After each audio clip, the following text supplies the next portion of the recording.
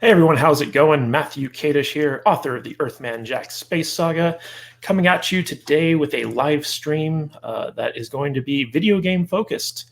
So normally we talk about movies and TV shows on the Legion of Doom, but this time I have gone out of my way to gather around the greatest evil geniuses from all corners of the internet to talk about video games. And today, joining me to try to take over the world are some very good friends of mine that I'm very happy to have on the show today.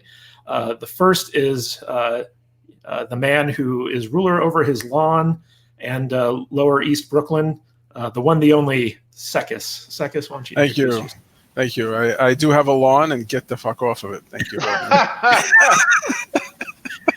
Coming at us from Austin, Texas, the junkyard dog himself, Mario, a.k.a. Leonidas. What's up, guys? What's going on? Thanks for having me. And last but not least, the man who is cold as ice, the one, the only, Lugs. How you doing, Lugs? Hey, everyone. All right, so for the people out there who might not be familiar, the four of us are in a very old gaming guild that we started. God, when did DCUO come out? So I looked this up in advance, January 2011. So we are. I thought it was 1776. But 9 years then. That's crazy. Yeah, so we've been gaming off and on for 9 years. I think our last attempt to game together was Monster Hunter. We did Monster Hunter for a little while. Yeah. Still a good game. New expansion is coming soon. Yeah, I know Lugs got on top of that one more than any of us did. I think Mario, weren't you in between gaming consoles at the time? I have every console known to man. So I actually played Monster Hunter on both Xbox and PS4 because I had friends that were like, "No, man, I want to play Xbox. No, man, I want to play PS4." I was like, "Well, fine, whatever." So I just, do my junkyard thing, hack shit up with a samurai sword, and that was it for me, man. So I played a little bit, and of course they lost interest because it was too hard. I was like, all right, whatever. So, yeah, but we all met on DC Universe Online playing superheroes. So and over the past 9 years, we've kept in touch. And when I started doing my live streaming show, I was like, "Hey guys, do you want to come on and talk about video games like we used to in the old days?" We played I was Star like, Wars. hell yeah. Yeah, we played Star Wars, yep. And I was a sniper on Star Wars. The one time I didn't play a healer. Yep. So Seqis was our resident healer. Mario was our DPS. Lugs was our tank. Yep. And I was just kind of the guy who was lucky enough to get to play with the guys way better than him at video games. You were a main tank for our second group, if I remember correctly. No, I was mostly DPS. DPS. Yeah, He was the bounty hunter. He was a bounty hunter. Oh, Or are you talking about Star Wars or DC? The bounty humper. DC. Oh, DC. Yeah, you were a fire tank, man. Yeah, you were a fire tank before fire tank was cool. Yeah. Way before it was cool. That's my curse. Until he figured it out, and like nobody else knew how to figure it out, and they're like, "Wait a minute, fire tank's a thing?" It was like, "Yeah, when you got Seqis healing you, there is." Yeah. It definitely helped having a good healer. That game was fun though. I loved it. For me, it was like reverse DPS. I loved that shit. Absolutely. We would try to beat each other's numbers. Like, oh shit, you all healed more than I DPS. That's right. That was the goal. All right. Well, speaking of Star Wars, we got some Star Wars news to talk about today. So I don't know if you guys follow this stuff, but yesterday Disney confirmed that they're bringing back Ewan McGregor to play Obi-Wan Kenobi in a Disney Plus series, in addition to The Mandalorian that we're also getting on Disney Plus, along with a Cassian Andor spy series from Rogue One. So we got a lot of Star Wars stuff coming down the pipeline. What do you guys think of this news about the TV shows? That will make all the memers happy. I mean, he's Obi-Wan as Ewan McGregor is pretty much a meme on Reddit at this point. It could definitely go so many routes, man. Like I think they have it down packed. I mean, they did great as far as with like they do with like the Marvel movies. They have so much potential here to fill in like little gaps and stuff, because like think about so the Obi-Wan movie takes place like 8 years or something like that after episode 3. You know, so you can have a lot of things where you can see Darth Maul again, because we all know, like in the Clone Wars series and Netflix and stuff, you know, Darth Maul made an appearance and stuff. So he, for all we know, could be there. And you know, having Trey Parker and back as Darth Maul, that'd be freaking awesome. They could fill in so many gaps of questions and all kinds of stuff. So is this taking really really place after the movies? Yeah, the shitty movies that he made. Yep. Okay. Yeah, it will take place between episodes 3 and 4, basically. Yeah, and what I'm looking forward to is in Last Jedi. I know a lot of people don't like it. I'm a giant fan because of one thing. You see the gray Jedi symbol suddenly appear. I'm taking a guess Luke got those books from Obi-Wan, which means that you might actually see, especially considering his character in Episode 4, some information about the gray Jedi show up. Well, Gray Jedis are sorry for people who don't know. Gray Jedis are the neutral Jedis who are halfway between the light and the dark. They show up in Clone Wars and a couple of other series. Let me ask you guys this, because we all played Star Wars Knights of the Old Republic. There's rumors that David Benioff and Dan Weiss, the guys who executive produced Game of Thrones, were the head writers for it. They're going to be doing a Star Wars trilogy movie series based off of the Old Republic. What are your thoughts on that? Oh, bring it on. Oh, yes. Revan. Bring it on. Entire Revan series. Yeah. That's one of my main issues with Star Wars is so much of it is Sith bad, Jedi good. But if you saw the Old Republic, it was a little bit more mixed than that. There were some Jedi who went far off the deep end in the entire keep everything non-emotional, and you had some Sith who used righteous anger in order to do good things. And I would love to see a little bit more of a balance in the Star Wars universe. I mean, look at Ahsoka and stuff. Look at Ahsoka. Ahsoka became essentially gray and stuff. I mean, even what's his name? Anakin? The rumor here is that the Game of Thrones guys are going to go back to the initial formation of the Jedi and the Sith. So we're going to get to see that happen in these movies and kind of see the rise of the Jedi from their earliest days. So we might also see a little bit more of the actual Sith race, rather than just the Sith as a concept. That would be interesting.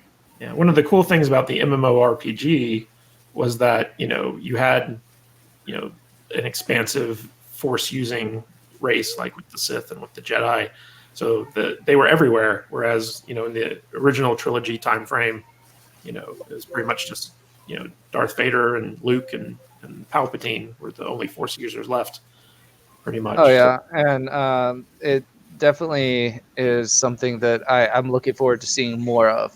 Is the stories that aren't just you have the Skywalker family, and everybody else who uses Force is some side character who might show up for 10 minutes or have a cool purple lightsaber. I mean, Seqis, were you a fan of the Game of Thrones show? Yeah, I thought it was great. I don't know if the problem with the Force as a notion is it's a very monolithic concept. I'm not entirely sure that could be handled with as much delicacy as Game of Thrones was. I mean, the whole midichlorian thing, I wanted to just shoot at whoever came up with that. And George Lucas? Him? Oh, that guy. Yeah, that's that fucking guy.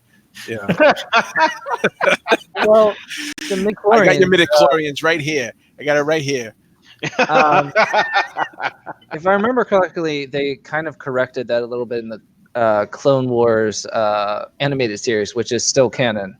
If I remember correctly, they said that was just the amount of Force energy that was actually going through someone rather than some DNA marker or something like that.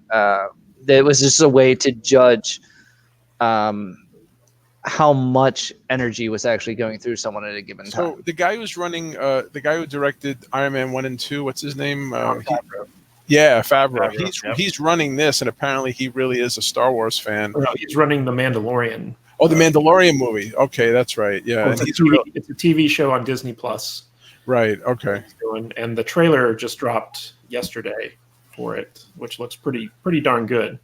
I I'm hoping they actually keep the mythology around Mandalorians, which is the honor above all, and very much like a chivalry code, except a little bit more mercantile than that. Did any of you guys play Bounty Hunter and SWTOR? Yeah. No. Yeah. Oh yeah. Oh really? Freaking tracer missile, bro. Come on. Yeah. I think you were the DPS version. I was the one who version. used, yeah. Dude, I'm excited for the Mandalorian for the simple fact that, man, they have so many. They can go with so many directions.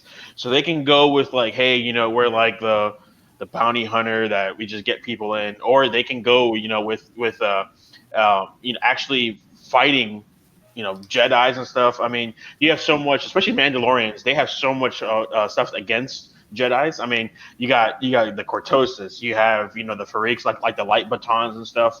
The Cortosis actually can nullify. Actually, I read about it. You can actually nullify a lightsaber and like actually like discharge it. Are those lightsabers on your wall back there behind you? Hell yeah, they are. Fully functional. Hold on, I'll show you. Check this shit out. Hold on. Is this? Oh, his mic is okay. His headset's oh shit! Holy shit! What happened?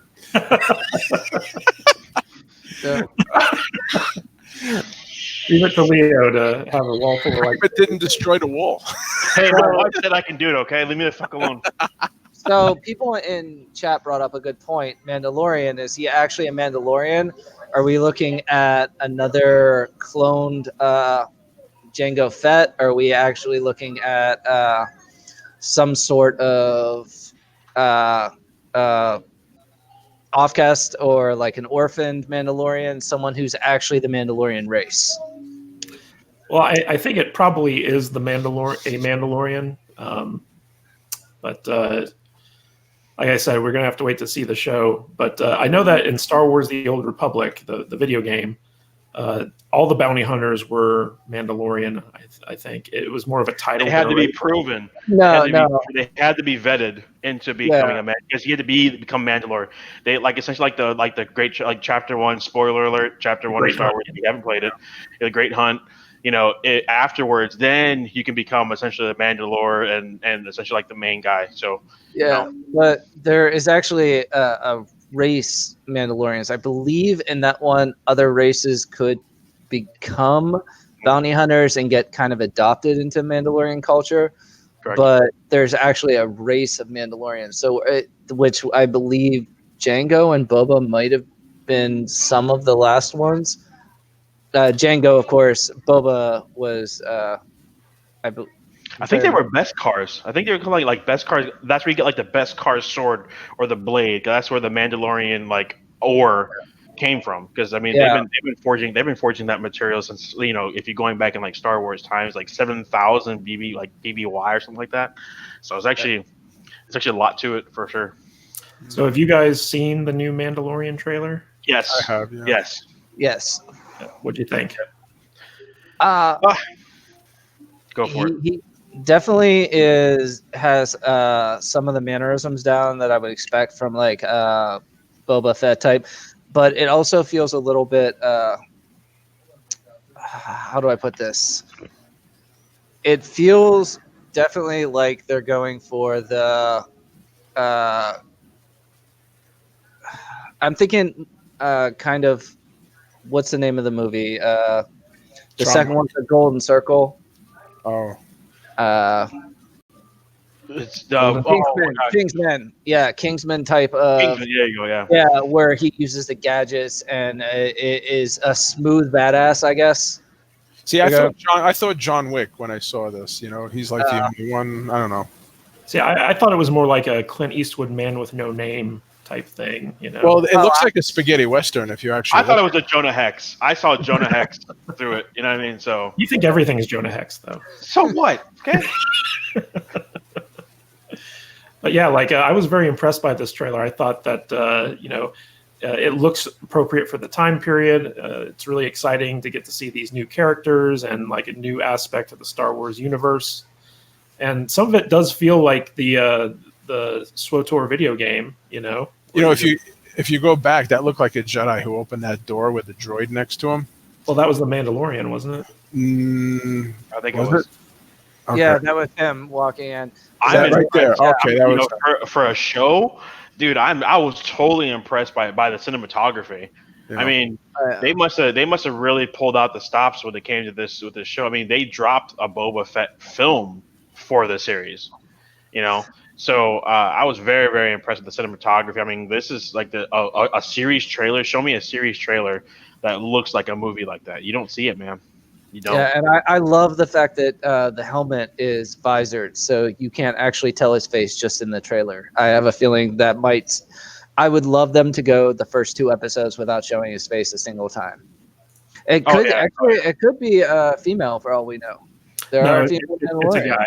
It It's a is? guy. Okay. Yeah. It's Diego Luna, he was actually in one of the Kingsman films. Let me He was see. he was the American. He was the cowboy. Yeah. Oh, yeah. The thing is that blaster shot gave me a definite Han Solo feel to it. That lean back and pull it forward, that definitely felt very Han Solo. Pedro I'm not sure if that Pascal. was I'm not sure if that was on purpose. He was creating like a little bit of a mix, but he definitely looked a bit like Han Solo when he did that. Well, he was a cowboy and Kingsman. So I mean, he did the whole revolver thing. So I mean, He was also like, I don't know if you guys ever saw the Narcos on Netflix. yes, yes. No, I Yep. didn't have a chance to watch that one. He was in The Great Wall. Leo, you had to have seen that one. Yeah, Oh, of he was course in I Game have. of Thrones. He was the sand spear guy. Yeah, he was the guy who got killed by the. I Yeah. think aside from like the individual, I think that so Mandalorian, they flat out said, like, if you go on IMDb, they actually even say it's 5 years after Return of the Jedi. I mean, what I think that Disney should do a little bit differently, unlike what they did with the Avengers, because with the Avengers they were telling stories through the movies, whereas whereas here I think they're going to be filling in all of our questions with like the shows, and then giving us the meat and potatoes with the movies, which I think is a great thing, because like I said, 5 years after Return of the Jedi, what happened to Palpatine? What could be going on here? How is it going to tie in with Obi-Wan? Or not Obi-Wan, because actually I guess that would be pre Obi-Wan, because Obi-Wan takes place after the third film. Yeah. But there's so many directions that they can go as far as filling in questions. Who knows? Maybe they can go with where is like who Snoke becomes. Because the Empire already fell, but it's also pre-first order, so they can go so many directions with that as far as how First Order started. Who the hell is Snoke? Like, why does his face look like All Master the Chief? questions the movie should So have. I'm actually speaking of Palpatine. I'm actually pasting something here that if you could bring it up, Matt. Oh, the new poster. Yeah, Dark Side Ray. Ooh. Oh yeah, and you get to see Palpatine in the background grinning, and that's the entire reason I brought that one up. Oh. Yeah. I thought when I first saw this, I thought this was fan art. I didn't think this was the official poster, because Palpatine almost looks animated. He looks like a 3D animated character. Oh yeah, that especially since, if I remember correctly, Plagueis had the ability to reincarnate, and if you go into some of the, I think it's called Legacy now, like the expanded universe books, Palpatine, one of his major things was that he could constantly reincarnate. It sounds like the type of overpowered power that Palpatine could have. Seqis, what do you think of this poster?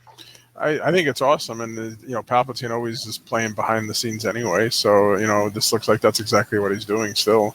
It'll be interesting to see where this goes. I mean, I don't know. I haven't liked the recent movies lately. They don't have that feel, the Return of the Jedi feel, the Empire Strikes Back feel.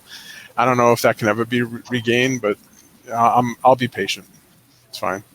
All I'm saying is that if Emperor Palpatine tells Rey, "I am your father," I'm gonna lose my shit.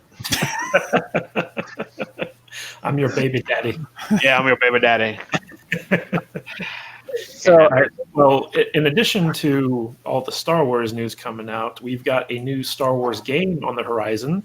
Now, for those of you who don't know, EA had the worldwide exclusive rights to do Star Wars games since about 2014. And they pissed on it. Yeah, they basically only made 2 games, maybe like if you count 3 if you count the mobile game that they did. But they've got a new one coming out from Respawn Entertainment, and it's called Fallen Order. And this article says it's very similar to Sekiro. Did you guys any of you guys play Sekiro, Shadows Die Twice? Hell yes. Yeah. I never even heard of that game. Yes. Strictly off of counters, man. So like the game, rarely relies, okay, for instance, like in Star Wars, like the Old Republic, it was very much I hit you, you hit me. I hit you, you hit me. Whereas this game is very much towards countering, use of strategy, which is kind of what we knew, especially going back to DC Universe. Right. DC Universe is all about countering, knowing your blocks and everything like that. And I love that. That to me, that brings how skillful are you really with a lightsaber? Because like somebody could pick up a game on Sekiro and they can say, hey, we're going ahead and doing blade battles and stuff, but another person can be much better with the blade on the game. Yeah. And I love the feel that they did to that.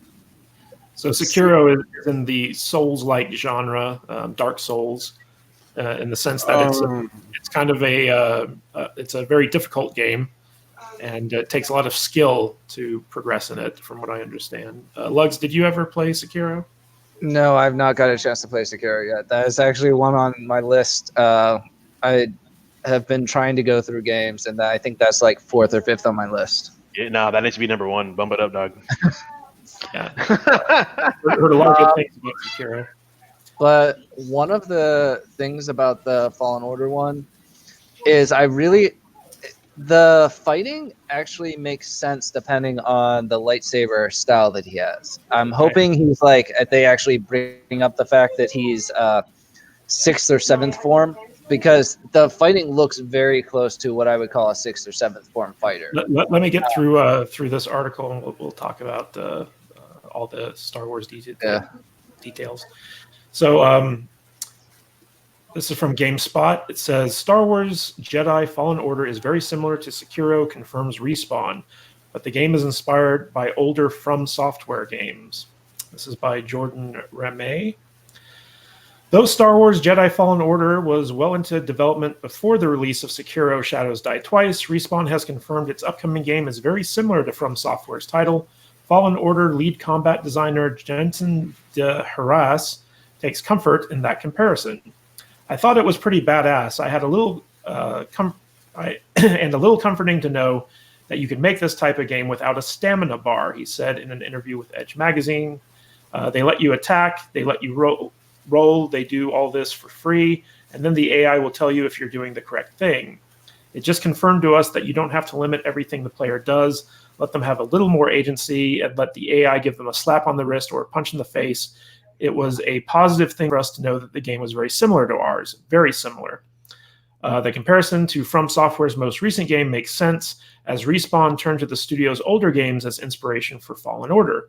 I've been a huge From Software fan since King's Field, Fallen Order games director Stig Asmussen said. I mean, King's Field 2 is one of my favorite games ever, but it's more about you liking a game and trying to make that game yourself. It's more, what can we learn about what's fun about it? In our time with the E3 Fallen Order demo, we saw numerous mechanics and features inspired by From Software games, including checkpoint idols to upgrade your abilities, the loss of all in-game currency upon death, and challenging but fair combat. However, when it came to traversal mechanics, Fallen Order took most of its inspiration from Metroid Prime, with force powers and droid upgrades acting as the lock and key mechanisms for exploration. Metroid absolutely served as an inspiration for us, Fallen Order lead level designer Jeff Maggers told Game Informer. What the Metroid-style level design does for us is somewhat of the way to give the player guided exploration, a ton of freedom within the world, but at the same time we can deliver really handcrafted moments and really focus on the moment to moment. So guys, this is taking cues from games like Metroid and Sekiro and other From Software games. Have you guys played any of these games that supposedly inspired this game? And what do you think about it? I just looked at From Software, and I can definitely see. I did not realize they were the developers of Armored Core. I'm not sure if any of you guys have been in Armored Oh Core. yeah, of course. No. I can definitely see some of the sword fighting very similar to the Energy Blades, if I remember correctly, from Armored Core series. And it is definitely a more methodical version of sword fighting than you normally see from a lightsaber. Though it does remind me a little bit of some of the Jedi Knight 2 lightsaber fighting. Nice. I love Jedi Knight too. Yeah, it was a good game. For me, it was more. So I love the whole idea of companionship. So like the whole, like for instance, probably one of the best companionship games I've ever played was hands down God of War. The synergy between Kratos and his son Loki and stuff like that. It was just absolutely fantastic. So I hope that they definitely incorporate, go outside the box, kind of force powers into like a shock with like the droid and stuff like that type of thing. I think that could really open up a lot of things. But like what definitely really has my attention the most is that they're not really releasing the skill trees. They're not really showing what you can do. So, just like Lugs was saying, different forms. Who knows? You can imagine being able to adapt your own form. You can do Ataru like Yoda. Going Ceresu like Obi-Wan. You can do, you know what I mean? There's so many different forms that you can really really work on, and there's so many things you can build upon with that, which I think would definitely help like the player experience of playing this game. So I'm really excited to see what happens when they actually release the skill tree. So here's start crossing your fingers. Seqis, are you actually going to get Fallen Order when it comes out, do you think? If you guys get it, I'll get it, and if there's a healer, I'll get it. Because I will not join a game if you guys are getting it. I think it's a single player game. Oh, so then fuck it. You don't want to play by yourself? No, I did that in my 20s. I'm good. Leo, this game kind of reminds me of the Force Unleashed. You remember that game? Oh yeah, for sure. Where I still have all that. I still have those downloaded for sure. But I was never really a fan. Okay, don't get me wrong. Star Killer dragging down a freaking an Imperial destroyer from the sky was epic. There's no doubt about it. But to me, like when you compare that to the movies and to compare to like now, I mean, Yoda was having problems lifting little boulders. Okay, you know what I mean? So it's like I kind of like how they drew back the exaggeration of force powers. So they're having a lightsaber battle behind Cold over here. He's about to get decapitated. He doesn't be careful. I'm not big a Star Wars fan. Like I think Seqis does it, but I have my lightsaber back there. So these ones are from the new Star Wars land at Disney. Galaxy's Edge. Yeah, we went to Galaxy's Edge. So they did the entire build your own lightsaber. As for the game, one of the things that I noticed in the trailer, not the trailer, but the gameplay demo, was the slowdown time mechanic. And the only game I could think about when I saw that, it was very, very close to Max Payne's slowdown mechanic. And that is honestly one of the best implementations of the mechanic that I've seen. Didn't Horizon Zero Dawn have that slow mechanic? I thought it did. What's her name with the female bow hunter? I love that game. Oh, on the PS4? Yeah. Dude, I've been wanting to play that game, but just like watching the movie Inception, I never got to it. It was a single player. Inception? Dude, I tried like 5 times. Never happened. I liked that game. It was a single player. It was really good, and it had I think it had some time slowing. That was a fun game. I think that'll work well too, because they've exhibited what's really time slow. So time slow is all relative, because for the person shooting, he could just be moving faster, and we know that Jedi's exhibited force speed. I mean, Obi-Wan and Qui-Gon did it in Episode 1. When they were running from the droids right in the beginning of the movie. So that can definitely it can work for sure. Yeah, it won't work in a multiplayer game like they're trying to do that in Vault 76. Oh my god, that's such a fart. That game in and of itself is just a disaster. Mario, did you play Vault 76 at all? for all of 10 minutes, perhaps. I mean, I'm embarrassed to say I played it for about 2 months, trying really hard not to want to throw it across the room. But yeah, I tried. So I got to ask you, Seqis, what was the game like? Because I'd never bothered to play it. It was like falling down a banister of razors into a pool of alcohol. Oh, so do you want to play a game? No. It was absolutely terrible. It was grindy. It was slow. You would run into somebody, and they would just tap you because you had PvP mode turned off. So they would just tap you and hit you, do 2 damage, and there was no missions. You just run around, and I'm just gonna interact with pixels, and there was just nothing to do. It was absolutely terrible. It looked like a half-developed game, and the patches didn't help. And you would set up your house. You would set up your whole thing with all your with your armor station and your chemistry station and all this. You'd set it up, and then it would up and disappear, and then it would conflict with the water, and you couldn't get onto the platform. Forget it. I'm never going back to Vault 76 or any other vault for that matter. I'm done with it. You're done with Fallout just in general? Yeah, I'm not. And besides, the game depresses me. I mean, it's just I don't know. No, I'm good. I'm done. Lugs, did you ever play Fallout 76? No, I played Fallout 4 was the last one I played. Sorry. Fallout 4 was good. Yeah, Fallout 4 was decent. 76, I kept considering, but I was like, okay, I'll give it 2 or 3 weeks before I do it. And the reviews were just god awful. You guys are good, man. I gave it 10 minutes. No. I didn't give it any minutes. I looked at all. I'm the only idiot that actually gave it 2 months. So I looked at all the YouTube reviews. I was like, this doesn't look like a fun game. Wow. Yeah, that's for sure. It's terrible. All right. Well, speaking of terrible things and the company that made Star Wars Jedi Fallen Order, let's talk about Apex Legends for a second. Y'all a bunch of freeloaders. You know what? I'm not mad at them, dude. They release a free game, and you literally don't pay anything for it. And then for them, I mean, granted, okay, $150, okay, that's a bit excessive. They really should have learned from EA's whole Battlefront 2, which was a sham. Well, let me first ask, Seqis, do you work for Respawn Entertainment? Are you the ones who? I do not, sir. I did not manufacture a lawn and then tell the kids. Were you the community manager who was posting all this stuff? Yeah, listen here, that's how it's done in Brooklyn, fuckers.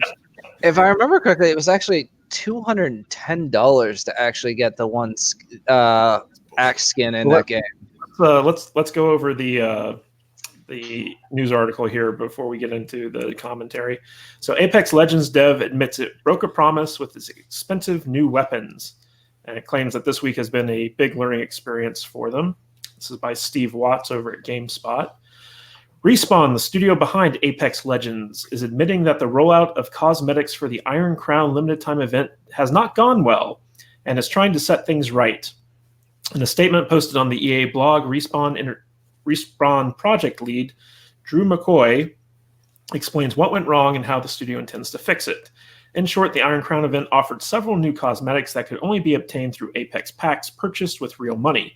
You could obtain a couple packs through play, but to get to the full collection and a special heirloom axe that is only purchasable if you earned all the items first, you would have to spend over $150. With the Iron Crown event, we missed the mark and we broke our promise by making Apex packs the only way to get what many consider to be the coolest skins we've ever released, McCoy said. To address the issue, Respawn will be offering the 12 event exclusive items into the store for 1,800 Apex coins, roughly $18, the standard cost for a legendary skin. The rollout will begin on August 20th and continue over the course of the week as more skins are added. The studio also promises that in future events, it will provide more ways to obtain items aside from Apex packs. Previously, the only way to obtain the skins was to buy Apex packs for 700 coins. The blog goes on to state that Respawn recognizes it needs to be better at letting players know what to expect from its event structures. This event works differently than the previous events like the Legendary Hunt, and McCoy says future events will be different still in other ways. He says this event has reminded the studio that it needs to be better at communicating what to expect from events as the studio tries new things. So I think Respawn definitely needs to get better at communicating because, as you guys know, they kind of pissed off a lot of their community through their odd style of communication. Lugs, do you want to fill us in on what happened here? So I've been watching this because this is the actual definition of how not to react to a controversy. The way it happened was they put out this random event, and it looked great because everybody was happy with the skins. The skins look amazing. Actually, some of them I've been told were some of the coolest skins in Apex Legends. And then people started doing the math on how to actually get these. If I remember correctly, only 2 of them could actually be won through the gameplay, and the rest of them needed you to spend this massive amounts of money on it.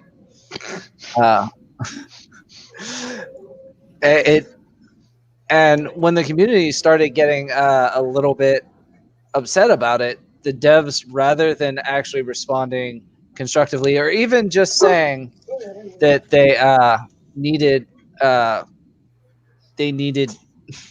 to work on it, there was some who were acting like the community was acting entitled for even saying that $150 for a free game is ridiculous. And I have to agree with the players on this one a little bit, because if the entirety of the game was $150, I could even understand that for some very, very extreme games. But for just a set of skins for a game, $150 is ridiculous. Yeah, I agree. Well, Leo, they even went so far as to call people freeloaders for not spending any money on their game. What do you think about that? I think if they would have went a different route, like the whole Overwatch where you pay a couple coins, you get the attempted skin, it'd have been one thing.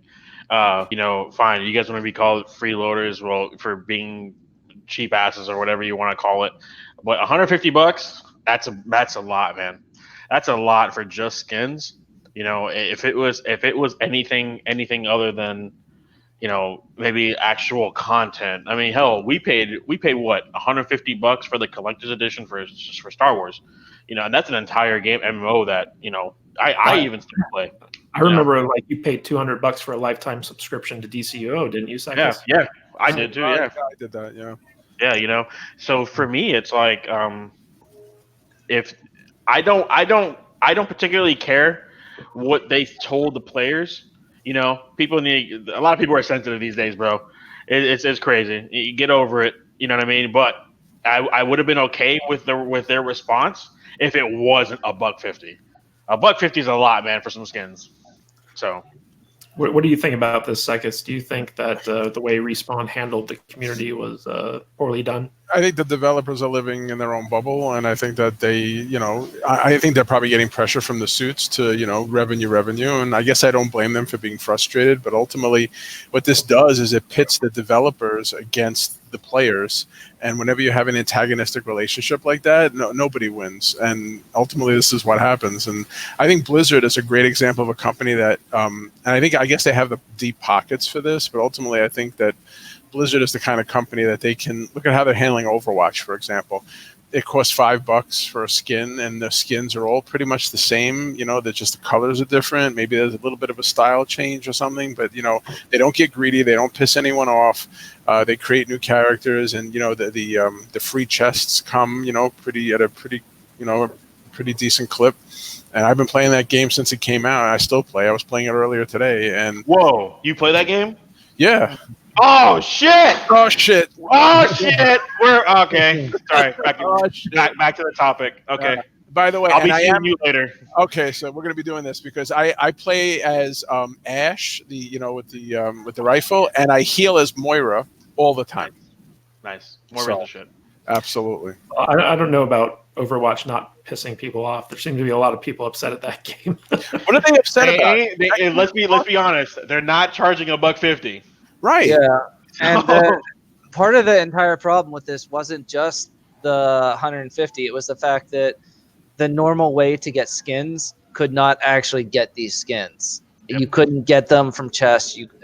From At free least in chests. Overwatch, you could. get them from You had a limit, chance yeah. to get the good stuff. Yeah, Well, like you had to get all of them from loot boxes, which is basically like slot machines. Right. yeah, but you So- couldn't get them from wins and the random loot boxes in a match and stuff like that. These Right. actually had to be paid for because they were a different type of loot Yeah, box. screw that. Blizzard doesn't do it that way. Blizzard will say, okay, you could do the loot box method, but if you want, you could pay $5 and get the skin outright, and you're done, or use the in-game coins.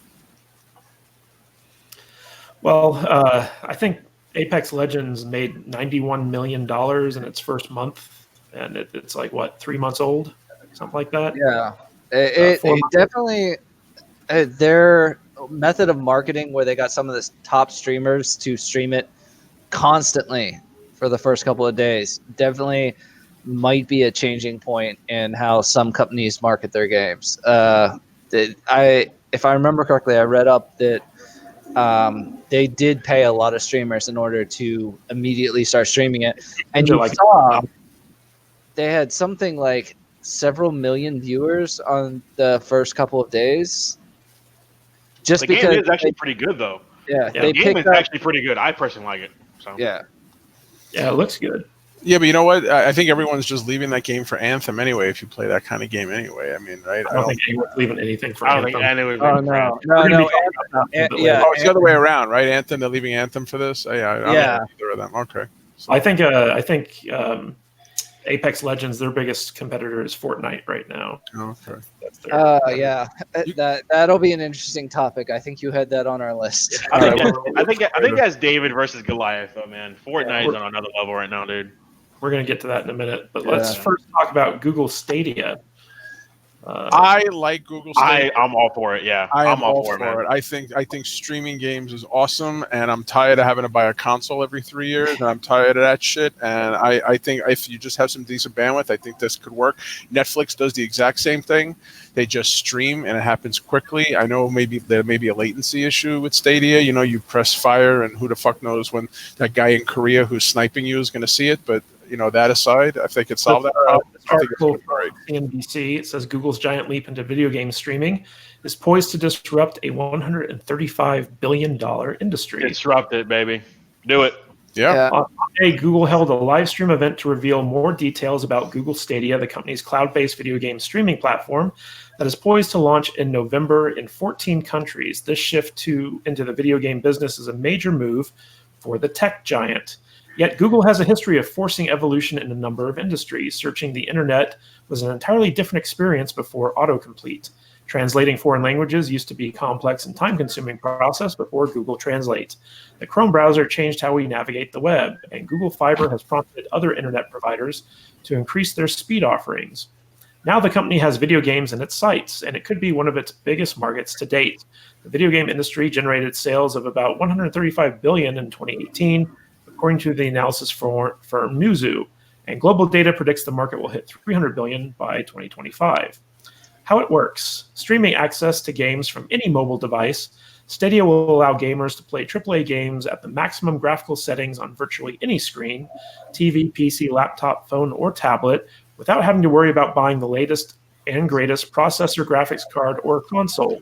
Several major publishers, including Ubisoft, Bethesda, Electronic Arts, Take-Two Interactive Software, and Warner Brothers, are already on board.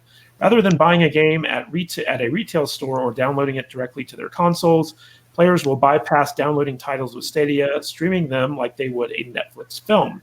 I think this is a natural next step of the 20 years of innovation Google has been driving in the data center, said Phil Harrison, vice president at Google and head of Stadia.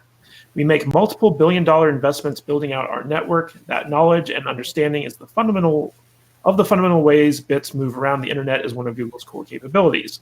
We're one of the very small number of companies that has the capability to build this. Players can get Google Stadia for free. It's Google Stadia base offering, if they don't mind not having access to Stadia's free game releases. With Google Stadia base, players receive 1080p 60 FPS service tier with stereo sound. To get all the features like 4K HDR image quality, 5.1 surround sound, and access to Stadia's free game library, users must pay $10 a month for Stadia Pro. So guys, The question here is whether or not you get to own your games and whether or not your internet is good enough to actually use Stadia. Now, Lugs, I know that you're a tech professional. What do you think about this? So I think this will actually be very successful for the some of the RTS players or the turn-based players. Where you're going to have an issue with this is anybody who likes any of the esports games, that you're not going to get the esports people. That's off the table before you even begin. Those guys will go down to 720p just to get 240 frames per second on a monitor. That's off the table. You're going to have trouble with any of the even Fortnite players because half a second of lag, which is perfectly fine in a lot of games, is unacceptable in this. You're also going to have trouble for any of the adventure game players or the platformers because I can't see a platformer working over the network. Even a quarter-second lag is off. And your fighting game players, no, they're frame perfect. Like, if it's anything under a frame input lag, you lost them already. So I also work in the IT industry, and I can tell you that I agree with Cole, everything he's saying, 100%. However, I think Google can have a second iteration of this where you can do what they're doing now, and they could, just like they put out a Chromecast, they could put out a small device that if you want to do, FPS, first-person shooters, like Call of Duty type stuff or Overwatch, PvP, I absolutely think that they can come out with a small device that can kind of front-load it. And I think they can buffer that problem. I think the latency is definitely an issue that has to be addressed. But I think, real-time strategy or single-player games, I think that's a great foray into the market. And then let's see where it goes from there. But I don't see Google letting up. And I could see them putting out a little device that maybe takes care of that latency issue that you just have to install. That'll cost $75, and it'll have a GPU on it, and it'll do the basics, and it'll be like a... Could they do that on their controller? Well, yeah, it'll be like what do you call it? Like a Raspberry Pi. I mean, just to throw that out there as an example, they could put out a small device with a high-end GPU and a heatsink, and it could handle the difference. I could just see them doing that as a phase 2. I could see them just entering the fray with this, and let's see where it goes. And I think $10 a month, I'm in. I'm totally in on that. Now, Leo, you're a min-maxer. How do you think that something like the lag time on this would affect you?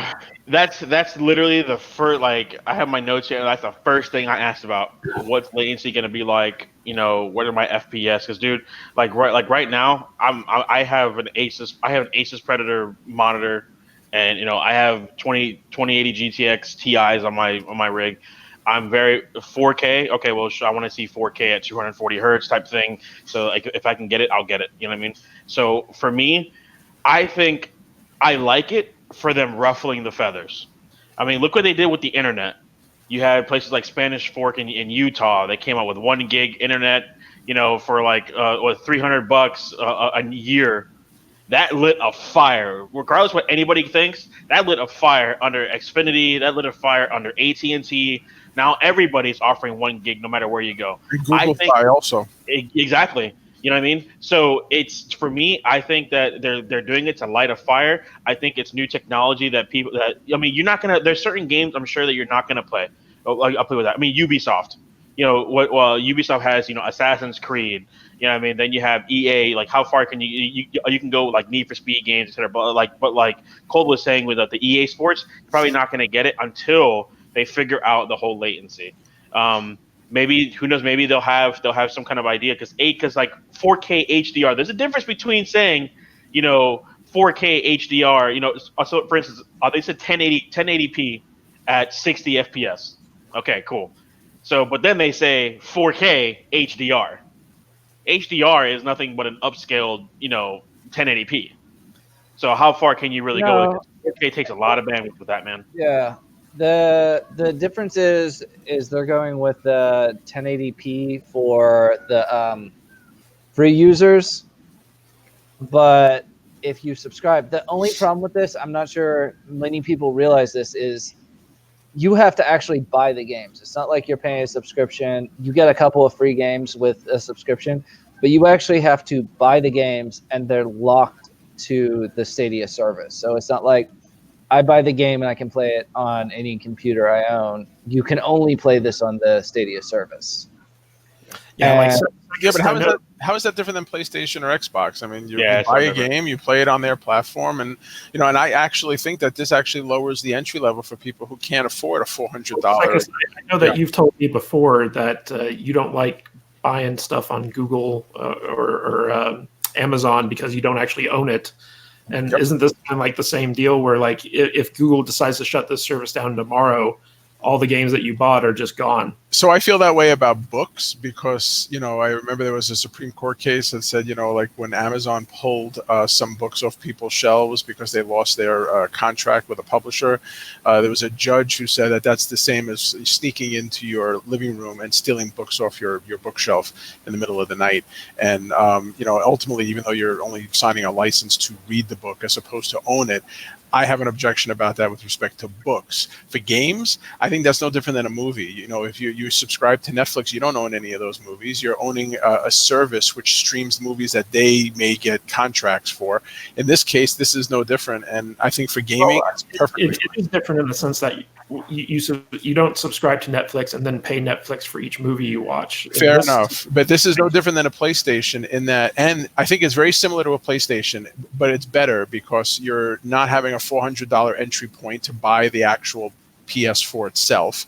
You just have to have a computer that's decent, and most people either have the computer or have a laptop, something that And you have max settings. right, and you got that all built in. If you have decent internet, and most people already into this thing already have that, but then they're like, oh, I have to spend $400 for a console. Oh, then I have to spend $60 for a AAA game. Oh, and then I have to spend $10, $12 a month for subscription. Google's saying, okay, forget the PS4, forget the Xbox, just pay us $10 a month and buy your games just like the PS4, and you'll have it, and you can play it, and you can play it anywhere. I think that's a great way. I think if it succeeds, I think Xbox, I think Microsoft, and I think Sony will be watching, and I don't think that they're going to watch this very carefully, and I think maybe within a year, if it succeeds and they don't back out of it like Google can do with a lot of things, they'll start developing their own iterations of the same thing. And Well, that's exactly why I think that it will work. If I remember correctly, you do need to buy some sort of Stadia device, a controller. Is that only for Just the TV? controller. Yeah. That's it. So there is a minor barrier of entry. You do have to buy It ain't $400 though. Right. Yeah, it's not $400. $400. I still can see them putting out I'll call it a Raspberry Pi, but I could see them putting out a small device in 2 years and saying, okay, guys, here's your FPS device. Now you can do first-person shooter, and you're going to get everything you expect. And I think the heavy graphical rendering can be done off-site, and then the little device just handles the input from the controller and handles the relay of that. I could see them doing that. I could see that happening. I could see this just as a phase one for them. Now, isn't Microsoft? Don't they have something similar to this kind of in the Yes. pipeline? It's Xbox. Oh, I can't remember the name off the top of my head. And that's the one thing is the cheap version of their next console. Their Play Pass is pretty good. I'm not talking about their Play Pass. They actually have a streaming service coming. And on top of that, their next Xbox, I think, is only coming out around $200, which is competing with the Stadia at $100. Yeah, but I know like Xbox has something planned to Stadia, and you have access to like their entire library, like their Microsoft library of games. xCloud, that's what it is. Yeah, they're coming out with xCloud, which will be available with the next version of the Xbox, which is based off the Ryzen processor series. So you're going to be talking like a decent actual system, and I think they're coming out at the low price point for their first one, which will be 1080p, same as Stadia, and they'll be able to do the xCloud, which will be streaming it. So I think Stadia will have some competition as soon as it comes out. So Mighty Wolf on YouTube. Now, what do you guys think of Stadia? Leo, what are your thoughts? Overall, I'm all for it, man. I'm all for it. They're gonna ruffle feathers. I want it to do well.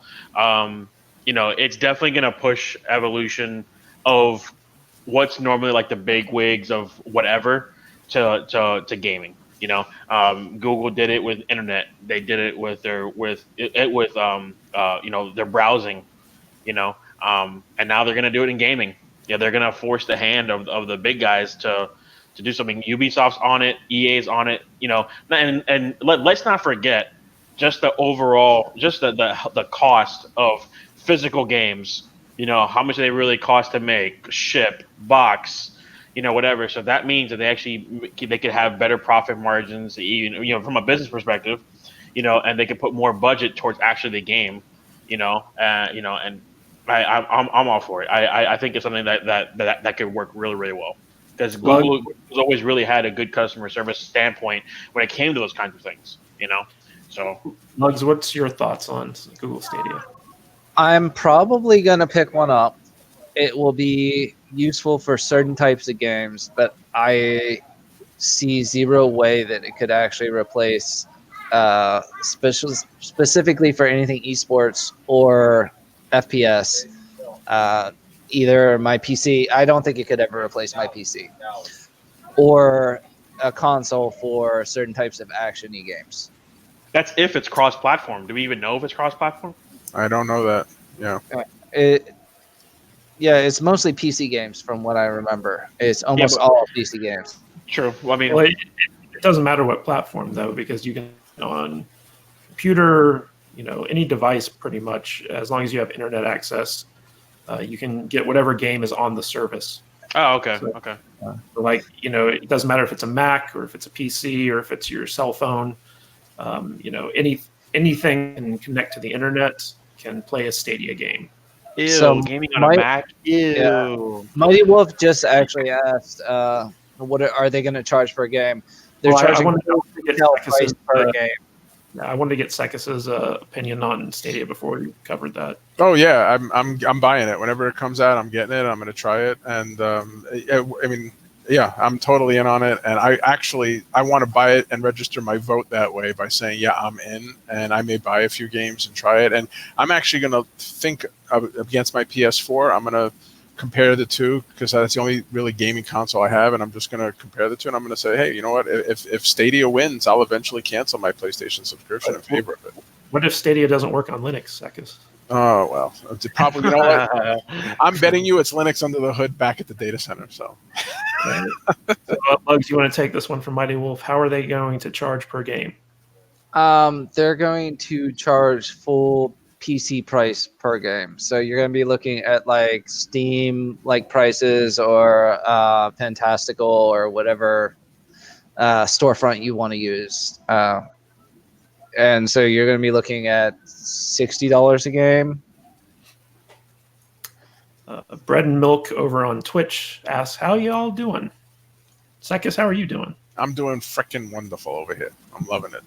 I'm doing Mario? great myself. Oh, shit. Cheers, man. How you? That's great. I'm doing pretty good too. All right, so let's go from Google to Apple instead. Apple is starting to ramp up their video game subscription service, rumored to cost $4.99 per month. Subscribe to what? What does that mean? Yeah, exactly. Well, let me read editing. Stick with editing, Apple. All right, go ahead. Sorry. Let me read the article so you know what's going on. Apple Arcade, the company's video game subscription service for iPhone, iPad, iTouch, Apple TV, and Mac computers, will likely cost $4.99 per month when it rolls out this fall. That's according to 9 to 5 Mac's Guilherme Rambo, who came across the price in a promotional message buried in an App Store API. Apple has not yet officially announced Apple Arcade pricing, so it could change by the time the iPhone event comes around in September. It could also theoretically be an introductory offer, but that's not a tactic that Apple has really used much before. Customers will get a 1-month free trial of the service, which will offer a catalog of over 100 games that can be played across Apple's various platforms and devices. Mm-hmm. Games can be stopped at one Apple gadget, like an iPhone, and picked up on another, like the Apple TV. Apple has said that Apple Arcade titles will be free of in-app purchases, and subscriptions won't contain ads, and will support family sharing for up to 6 people. Apple is running an early access test of Apple Arcade with its own employees before the service makes its way to customers this fall. During the test period, employees pay just 49 cents per month and also get a 1-month trial. For context on what Apple charges for its other subscription services, Apple Music and Apple News Plus both cost $9.99 monthly. If the rumored $4.99 price holds, Apple Arcade would be cheaper than both of them.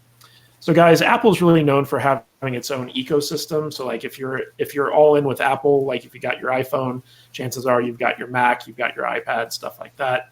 So it's kind of self-contained. So this seems geared exclusively towards their ecosystem. Seqis, what do you think of this offering of $5 a month for 100 games? I wouldn't bite into that farty apple if you paid me. And I have one word for this: iTunes. They abandoned iTunes, and I never had any respect for the way Apple handles their devices and this walled-in garden and all of it. And I don't think they have any chance against Sony and Microsoft and now Google in the gaming industry. They need to stick to devices. That's what Apple does well. Stick with devices. They need to stay there, and that's fine. But the actual software that people use on those devices is not really designed by Apple, and so that's I think they need to recognize their niche market. I think they're just looking to grow their business, and they're trying, but this won't go anywhere. They are reaching though. Yeah, Mario, this sounds like it's geared more towards kind of casual games for kids and families. What do you think about a $5 a month price tag for unlimited games on Apple? No. I mean, you have so much other gear centric stuff that I can just tell my Xbox on type of deal, and there's so much more family stuff you can play with that stuff. I mean, what are you gonna have? What are you gonna like? Okay, Apple TV. What are you gonna have? Of $420 Apple TV remotes? Let's be real. Apple products are not cheap.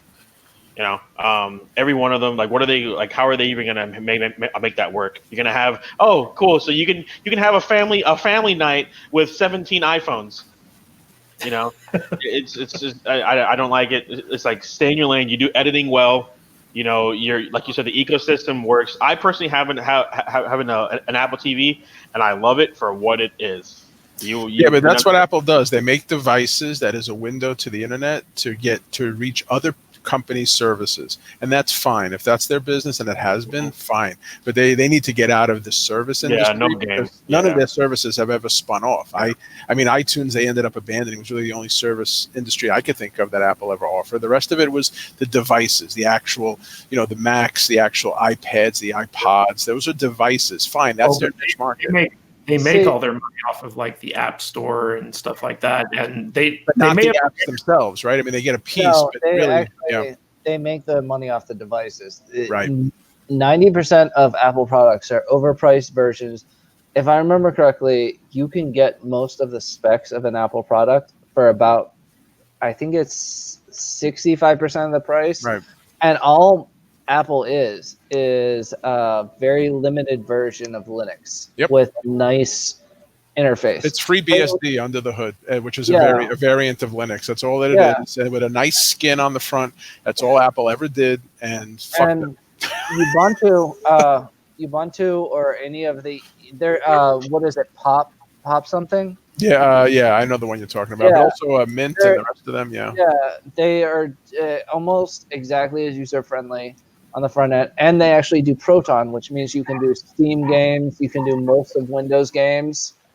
With Apple service, it's for people who are locked into Apple's walled garden and don't want to pay for more games. That's about the only people I could see I would recommend that to. If you've spent $10,000 in the Apple Store and you are stuck on an iPhone because you've spent all this money for just Apple specific services. Otherwise, I would say get an Amazon Fire tablet and get the free play for kids games.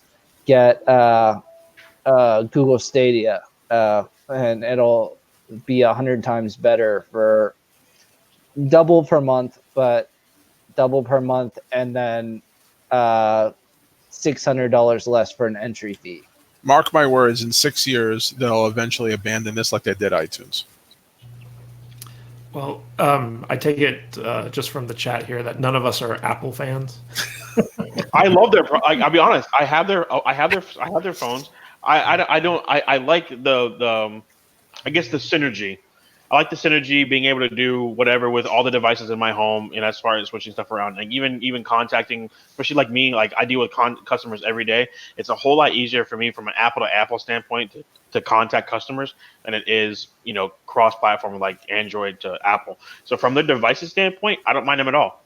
From a work standpoint, I actually have a Mac at the shop, but for everything else in my life, PC, and I game with PC, Microsoft, Sony.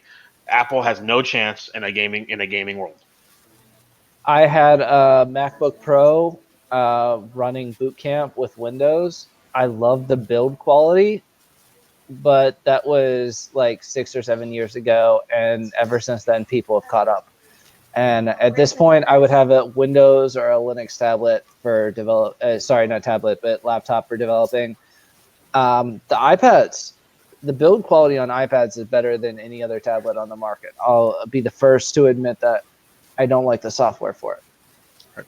I agree. My girlfriend's had a problem with her. Like she was a big Apple fangirl, and then Apple started, slowing down her phone and forcing her to upgrade. Have you guys run into that before? This is because of the batteries. The problem is the batteries on the devices cannot, over time, the lithium-ion cells eventually they burst, and that's just because of age, and they can only take so many charges. So what they do is they slow the CPU down on the phone, and because that's one of the devices, they really can't slow the GPU down, but they slow the CPU down, which slows the rate of battery usage, because after about 500 charges, a lithium-ion battery really stops supplying the same kind of juice it did the day you bought it. So 500 charges, presuming you charge it once a day, is about a year and a half. So after about a year and a half, about a year and a half. So after about a year and a half, you realize, oh, full charge, but now my phone doesn't give me as much as it used to. And because these batteries are not replaceable, because that's planned obsolescence that Apple has in all of their devices, the only way you can elongate the life of a device like that is to slow the CPU down, which slows the battery usage of the device at moment to moment. And that gives the appearance that the juice that you're getting is lasting as long as it used to, but ultimately it isn't. Your phone has gotten slower, and some people don't notice it, and some of the power users do. And that's where the rubber meets the road on that. So the one thing about the Apple slowing their devices down that makes me think it's more greed than anything else is the fact that they have started actually You're about to get snapped, bro. Iron Man. Yeah. You're about to get snapped. So they've started actually, if you replace it yourself, leaving software soft locks on things. I'm not sure if you guys have been following Lewis. Does anybody know who I'm talking about? Lewis. I can't remember his last name, but he's a big Apple repairman. And if you replace them with third-party, even not even third-party, but first-party batteries, if it's not done at an Apple store, they leave a software lock message up permanently. Lenovo did that with their laptop batteries. So now if you buy a third-party battery for a Lenovo laptop, there's a chip in the Lenovo batteries that if it's not present in the third-party aftermarket batteries, the BIOS detects that and will not allow the battery to take a charge. I actually, that happened to me personally when I bought an off-market battery for my Lenovo. So this is nothing but greed, and I get where Apple is coming from. They're trying to protect their walled-in garden, and that's why they're slowing the CPUs down, and then that forces a user to say, oh, my phone must be getting old, I need a new one. What's really happening is they're trying to extend the life of the phone so people don't piss on Apple devices for not giving them the charge that they used to. And it has an extra added benefit. It makes the users slightly unhappy. So now they want to get the new iPhone 9X or whatever it is now. Well, it's made my girlfriend so unhappy that she doesn't want to buy Apple products anymore. Android.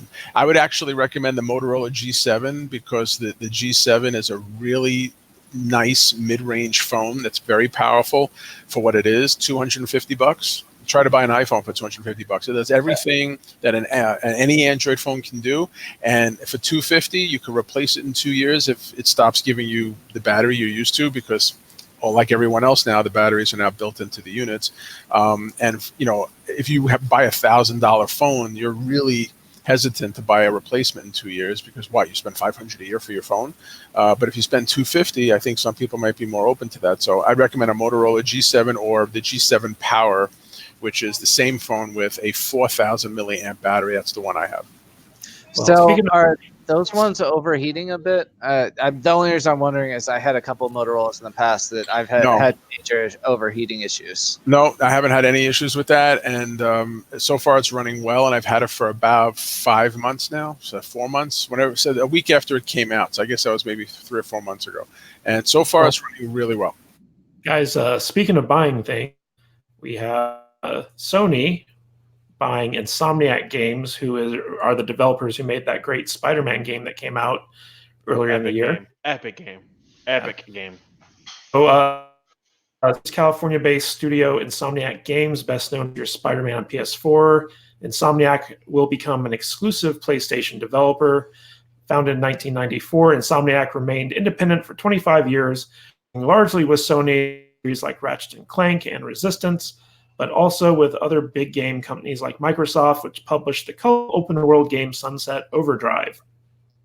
Insomniac has also worked on several VR games with Oculus, including the upcoming Stormland, currently announced as an Oculus Rift exclusive. Notably, Insomniac's previous VR games have not been released on PlayStation VR. Spider-Man, a PS4 exclusive, was the studio's most successful game, selling 13.2 million copies, according to a Sony press release today. Given that fact, this news and the end of the first game, it's safe to say a sequel is in the works for PlayStation 5. So, Leo, it sounds like you played this game. What are your thoughts on Spider-Man? So, I'll be honest. So, are my thoughts on the Spider-Man or the Insomniac thing? Well, first on the game. Okay.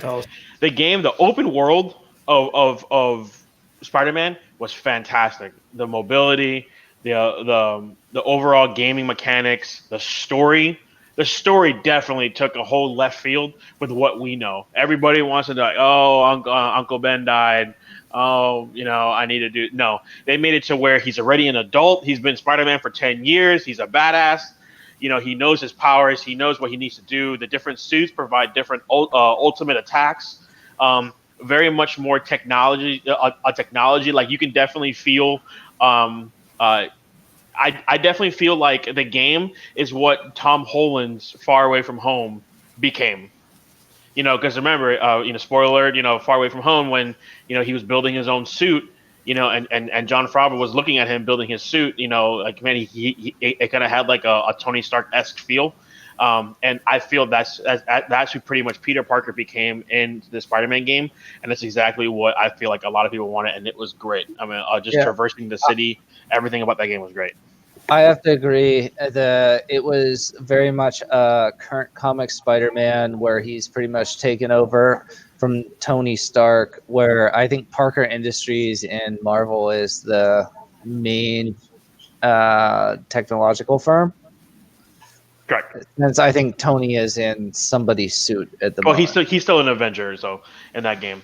But nonetheless, I thought what I thought was happening as far as like the purchasing, I thought that was actually a really smart thing, because I always felt in my heart that Insomniac was always a PS4 exclusive. Ratchet and Clank, that always felt like a PS4 exclusive, whether or not you can get on Xbox or not.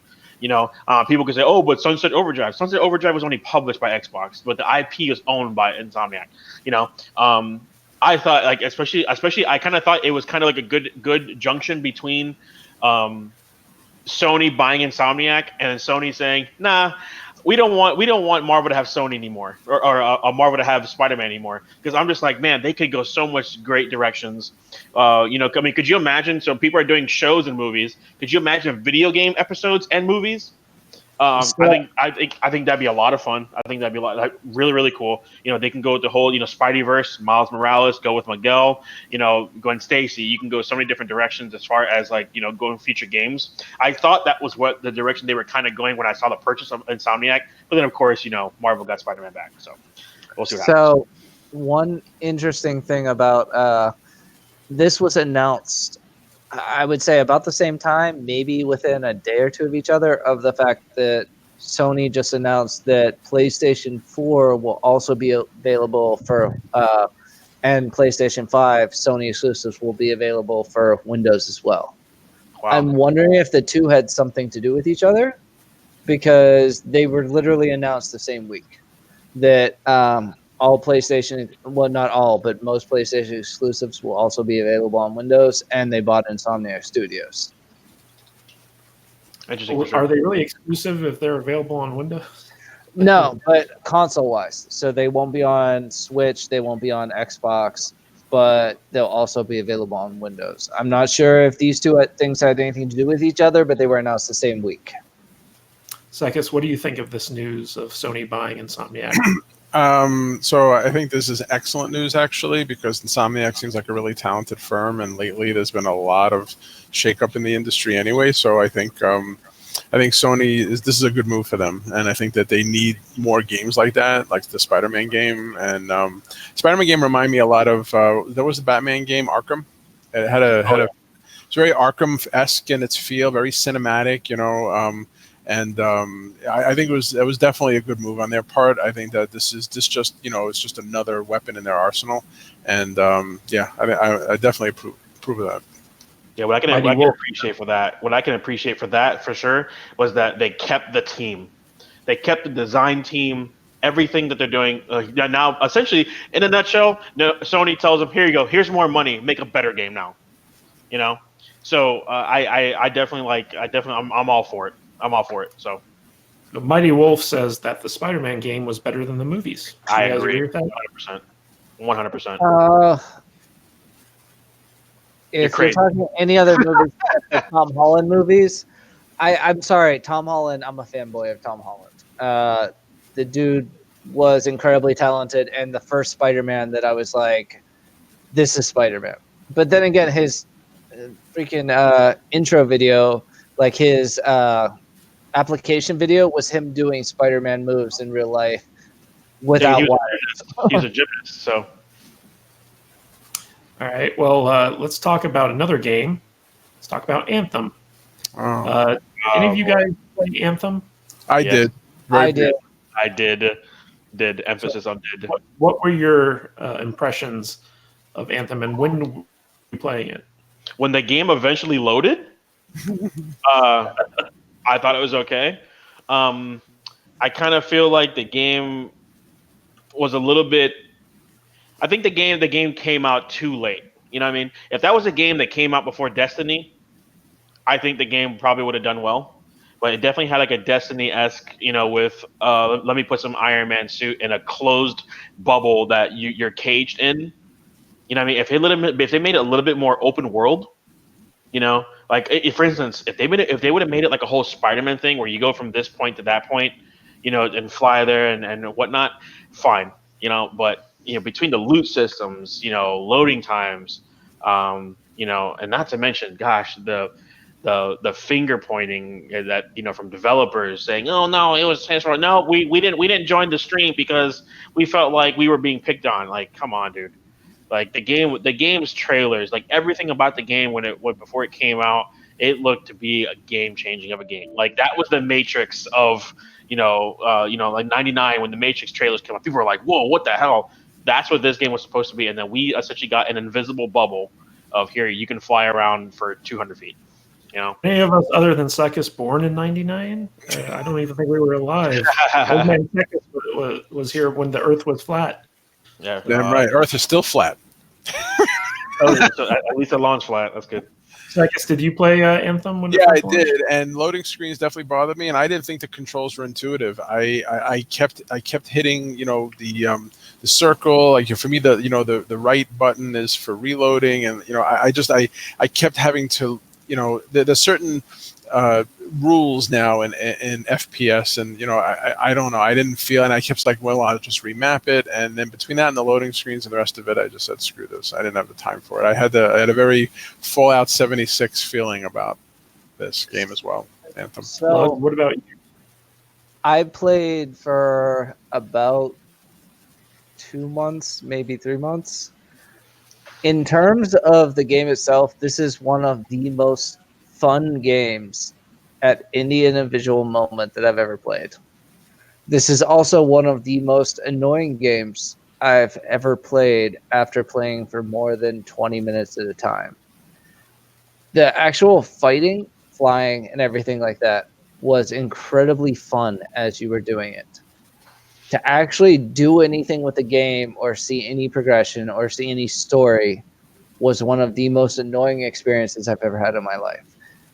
Everything seemed to just stop at a certain point, and that actually has a very specific reason for it, is that everything was scaled to your character's power level, to the point where once you hit a certain level, everything is literally, you could upgrade every single piece of gear you have, unless it has a special effect on it. The enemy will be the exact same difficulty as it was beforehand, which means that there's 0 point to actually doing anything. When we were playing DCU, I thought one of the funnest parts of that game was just flying around the different levels and stuff like that. Oh yeah, not flying around, jumping. I was one of the only jumpers. Yeah, I was one of the only jumpers in the game, if I remember correctly, at one point. But my character, sometimes on, and I would just around the city and just do that for 20 minutes or something like that. That was fun.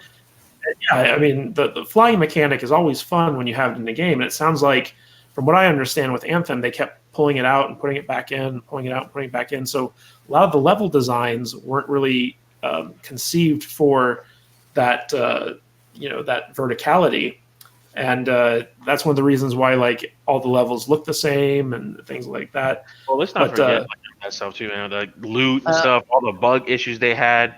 I mean, even from when I was reading and stuff, they actually have a game where they would intentionally not get loot because it would have a monotonous breakdown of gear that takes time to load and stuff. I'm just like, oh my god, dude.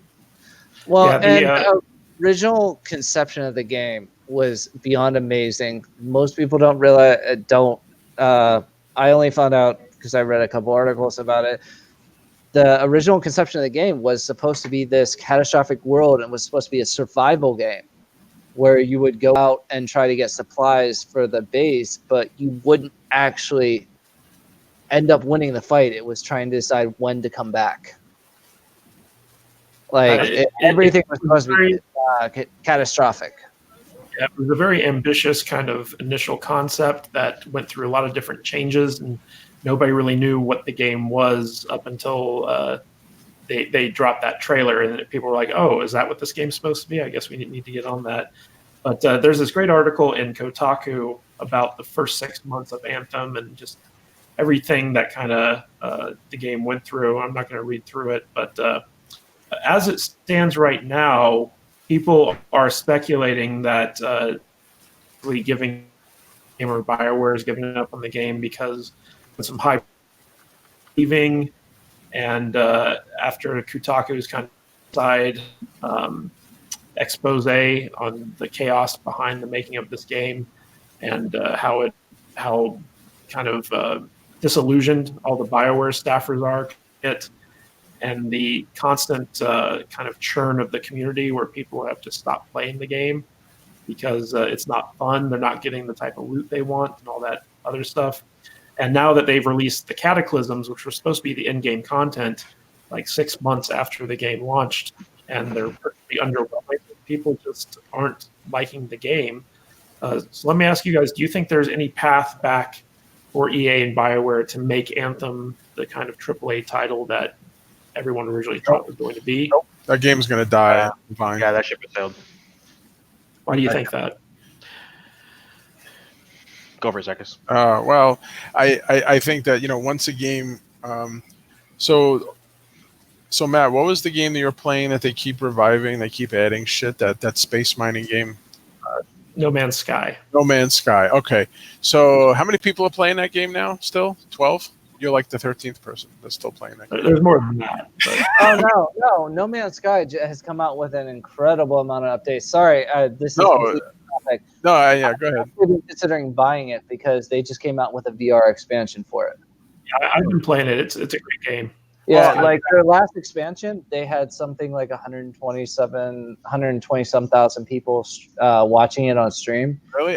It's actually gone insanely good since then. Okay, so maybe that's a bad example, but I mean, usually when they disappoint the player base, usually nobody comes back, and they. When it first came out, No Man's Sky was bad. Definitely. You know, I was thinking they were parallel situations, but and they came out with that new. I don't know about the VR thing, but they came out with this when No Man's Sky came out with its new package. I went back to it and I said, okay, so now what? This is the same game. I didn't feel any different, but. Yeah, I mean, it's a walking simulator. It's basically just go out and you explore and you build stuff. It appeals to a certain type of gamer, which is not you, obviously, Seqis. Right. Apparently not. But why do you think there's no way for Anthem to come back? No, I just think once you disappoint the player base on that level, you know, I don't. Can you think of an example? Maybe No Man's Sky is the example, but I can't think of too many examples where you come back from that. The games keep coming out too frequently for that to ever anybody to give it a second try. Well, Especially- No Man's Sky, Fallout 76 is actually getting there at this point. I guess it's becoming popular again. I haven't, but they put out their battle royale mode, and that's actually suddenly become popular. And supposedly the game itself is getting better since they've dropped some of the microtransactions from it. Interesting. Mario, do you think there's a way for Anthem to come back? They need to rethink what they're doing as far as like the world concept. So they need to give you free reigns that if I want to fly like freaking Iron Man, I want to fly to this cliff, I want to be able to do it. No loading screens. Yeah, no loading screens. They really need to give you more freedom. Like every time I think about Anthem, I think about, you know, how they did it, how Spider-Man was done. Where if you were to take Spider-Man and put Anthem mechanics into it, oh man, it'd be a great game as far as like traversing, overall combat. You know, I mean, just like Cole was saying, you know, the combat, like when you're actually battling, it was a freaking blast. It was a riot. But after that, man, it just really crashed and burned. Actually, going back to a game we talked about earlier, I think the combat reminded me a little bit of like some of the old mech type combat. Armored Core was an example, but some of the other mech type combat, it was a blast while you're playing it. But there's not an incredible amount of it, and sometimes you end up just sitting there hiding behind a rock, and that's all you do. Because everything scales to you. You can't ever actually go back and feel like a badass. That's sad. It seems like a lot of BioWare faithful were putting a lot of stock in this game, and it just disappointed on every level, pretty much. And I think two of the lead devs or producers or something left recently. The head of Anthem left, and I think the guy overseeing Dragon Age 4 left. Oh, Yeah. So everyone at BioWare is just kind of like jumping ship. Like there are no original guys there anymore.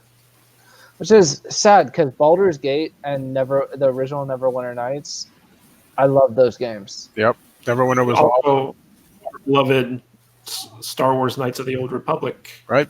Oh yeah. came from BioWare. Yep. Where are those guys now? Where did they go to? Did they join another coding house? I don't know. No clue. Oh.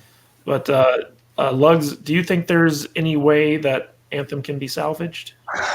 So I've actually been jumping into the subreddit recently, and it's actually gotten me to the point where I might reinstall and at least check it out. Supposedly the Cataclysm is really fun to do. Them removing luck from items and maxing out everybody's luck suddenly is bringing a little bit of a Diablo 3-esque revamp feel to the loot, which might actually make it more fun. I really think their idea to scale is my major issue with the actual game, because it almost feels like sometimes there's no point to buying to going in and fighting and getting new loot, because the difficulty will be very similar afterwards. But at the same time, like both me and Leo said, the combat itself is a ton of fun. I don't know if individual combat thing for a repeatable game is enough to actually keep me playing a game for a while, but I consider trying it again. Division is a good example. They're monsters, people, whatever, don't scale, so that if you actually overloot an area, overlevel an area, you'll actually feel like you overlevel an area. And I think that's one thing that Anthem lacks and will make any type of replayability start to lose appeal after a while. Yeah, I also think a big problem with Anthem is that all these EA games, EA kind of forces in this monetization scheme. And a lot of the game, it was built around, we got to charge for skins and stuff like that. The funny thing is, they only have like 6 skins at a time, and they're so low on number of skins that people are actually complaining and they have nothing to buy with the credits they get just from leveling. So it's actually under monetization. It might be part of the problem is because I think they have 8 things in the shop in any time, and most of the time you can buy any one of them just from what you make from playing the game. All right, so I want to ask you guys this. Anyone here play Fortnite? Hell no. Hell no. No. Freaking no. Fuck I that. wanted to play the game I did so follow it. badly. I wanted to play the game so badly when it was originally announced, when it was a zombie survival game. I'm not sure if anybody remembers that when it was announced to be a fort building zombie survival game, in the orcs must die type of vein. I wanted to play it so badly, and then when they did the battle royale, I hated it with a passion. I don't play battle royale for the same reason I don't play MOBA games, because it's a one-off. I feel like somehow I've been abused. Somehow I have to sit down and I don't know, just put some cream on myself or something. I need to feel better. I need to hold myself and relax, because I there's no progression. There's no progression whatsoever, and there's no skills, and a lot of it is luck. And it's the same thing with MOBA. And by the way, you don't do well unless you're coordinating. No, I hate battle royales for that reason, and I hate MOBAs for the same reason. Nope, fuck them both in the ear. Well, I actually play it in terms of its creative mode, where you can just go in and build stuff. I enjoy that, but in terms of the battle royale, I get my butt handed to me every time I attempt it. But the people who love Fortnite are saying that the latest season is the worst of all the seasons so far. Yeah. And so even I heard about that, and they lost a lot of. Yeah. Well, as someone who plays competitive games, I do play MOBAs occasionally, mostly Smite. The idea of putting in something so random as the mechs was the worst idea I've ever heard. Well, the biggest issue here, let me just reference this article before we start talking about it, is that the maps have been changed, and the biggest issue is that they've added these things called brutes or giant mechs that are way overpowered, and they're upsetting the balance of competitive play. And after the user base kind of screamed in outrage over these mechs, Epic, instead of removing them, they've tried to kind of patch them to make them a little bit more underpowered. They added a targeting laser to help players better avoid the mech's weapons and reduce their spawn rate in competitive modes. Player just didn't feel this was enough, prompting Epic to eventually reply to reiterate that the mechs would stay in the game, in part because they're there to add some spectacle and entertainment to Fortnite. They recently added a patch where you can have this new weapon that kind of creates these rifts, these portals that throw out junk that can destroy player buildings and mechs and stuff like that. Apparently, it's really easy to avoid with the mechs. And so a lot of big Fortnite streamers like Tim the Tapman and Dr. Lupo, they have switched to playing different games until this season kind of ends. And a lot of people, because of that, are kind of, and I guess it's been some viewership and stuff like that. So what do you guys think of this? Why is Fortnite refusing to basically change this thing that everyone hates? Well, Epic Mario? is... Oh, sorry. Go ahead, Lugs. So Epic has very much been we're going to double down on everything. That's the company policy. Every time I see them do anything, if someone gets upset about something, They say, no, we're going to double down on anything. Epic Game Store is the big thing. I'm not even going to start down that path because there's a bunch of issues with that. But they don't like to admit they're wrong about things. So I don't ever see them saying, we messed up the game with this. There's also the fact that if they say they've messed up, people will worry about the tournaments in the future. And that's where a lot of the money from the game comes from, is these hugely wildly viewed tournaments that, I think the guy that you mentioned in the article, Booga, made $3 million at 15 for the tournament, 16. Yeah, so they don't want to admit we've messed up the balance before, especially if there's any tournaments coming up, because suddenly that becomes a lessly viewed, lessly popular, less money coming in for skins because people are not paying as much of attention to it. Now, Mario, one of the reasons that they've given for the inclusion of these mechs is that even though Fortnite is a competitive game to a certain extent, a big issue is that people of lower skill, such as myself, can't hop in and actually compete just on a casual basis because some people are so good. So they want to give plebes like me something over that I can use to maybe like get a few kills before I'm There's so banished. much other ways to do that, bro. I mean, what do you think? It's no different. It's no different than having a level 1 try and PvP against a level 100. You have skill-based matchmaking. Like there's so much different things that they can do as far as like what game was that like the first like 15 Call of Duty. First 15 levels are generally played with people that are similar skill or similar level type thing. That they could have definitely put that in rather than putting in the freaking the damn hemorrhoid of a giant mech that blows people away to mess up just overall what people are trying to achieve. A hemorrhoid of a mech. I never heard that. Yeah. Either for lower level guys, hey, you have a little bit more health, once you get to higher level, everything starts to balance out. Because I know one of the biggest things, and you guys have known me for years, I'm a huge gamer. I jumped into Fortnite, and I was like, what the fuck is going on? Next thing I know, I got shotgun in the face by a kid said, "Hot pocket." I'm like, what the hell? Like, what the hell's going on? There's no real tutorials. Yeah, there's no real tutorial to it.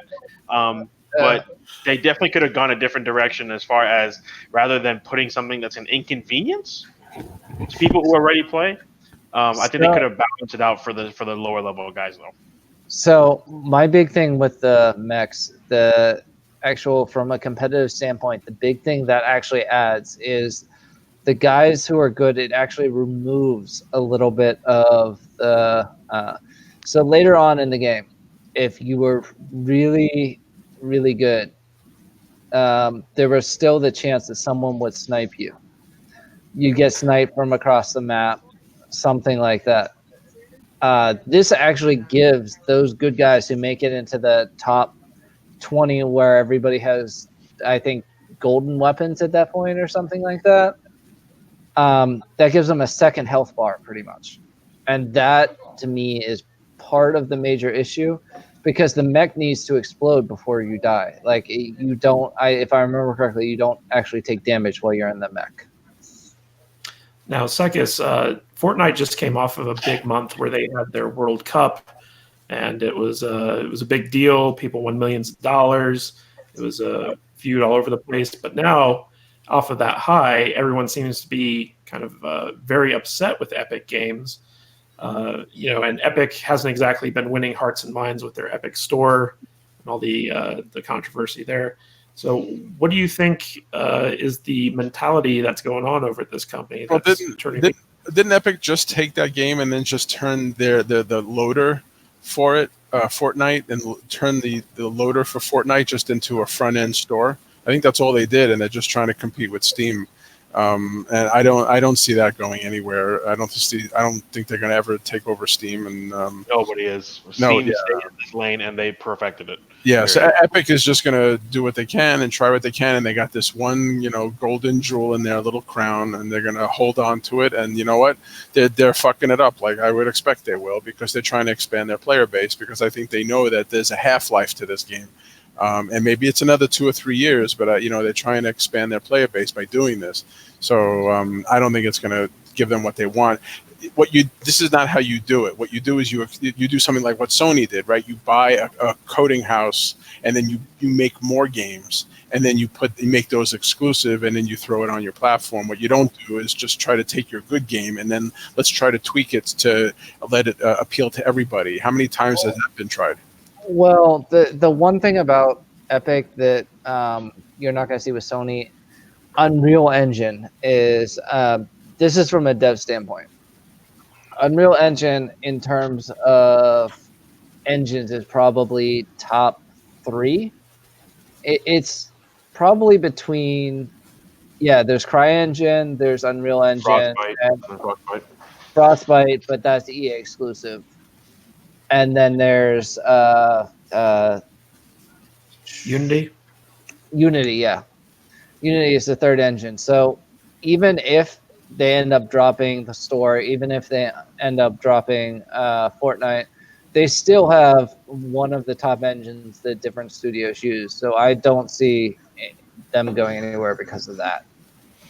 Yeah, and it's important to note that Fortnite makes them like $100 million a month, give or take, every month. Jesus Christ! Are you sure it's 100 million? I thought they made 5 billion off of Fortnite last year. Where do they make the money from? The game is free to play. Well, it's free to play, Skin. but they sell battle passes and they sell skins. So, like, you can buy V-Bucks, which is the game currency, to buy like all the stuff within the game. So they monetize it in some way, and so by doing these different seasons and constantly adding stuff to the game on a monthly basis, they keep the play. Let's not forget the culture. I mean, everybody's doing like the dances. Movies are doing the dances from Fortnite. Everybody knows the Fortnite dances and stuff like that. You know what I mean? So it's like at one point or another, Fortnite has its hands not just in video games but in today's society. Yeah, but Epic is very protective of Fortnite. Like I remember when Apex Legends came out, they when people were praising all the stuff that Apex Legends kind of innovated on, within a week, Fortnite had incorporated all the stuff that people were praising about Apex Legends into their game, like the tagging system and the respawn system. Like all that stuff was added to Fortnite after Apex Legends came along. It kind of stole Apex Legends' thunder to that extent, which was kind of interesting. But the reason that they were able to do that so quickly is simply because they've got a full-time development team on Fortnite. A week? That's impressive, man. Hey, Cole, can you put her back and you go back to the bathroom when you were? I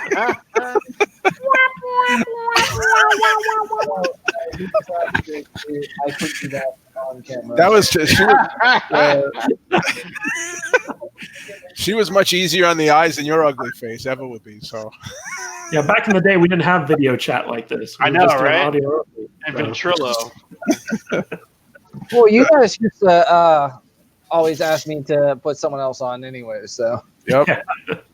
Yeah, don't stop on my account. You're good. You're blurry anyway. I can't even see what the hell you look like. There we go. There you go. There we go. Thank you. Thank you. Hello, ladies. That's awesome. They could just stay right there. That's perfect. I got my dog. Where's my dog? Where's my dog at? Where's my dog at? Yeah.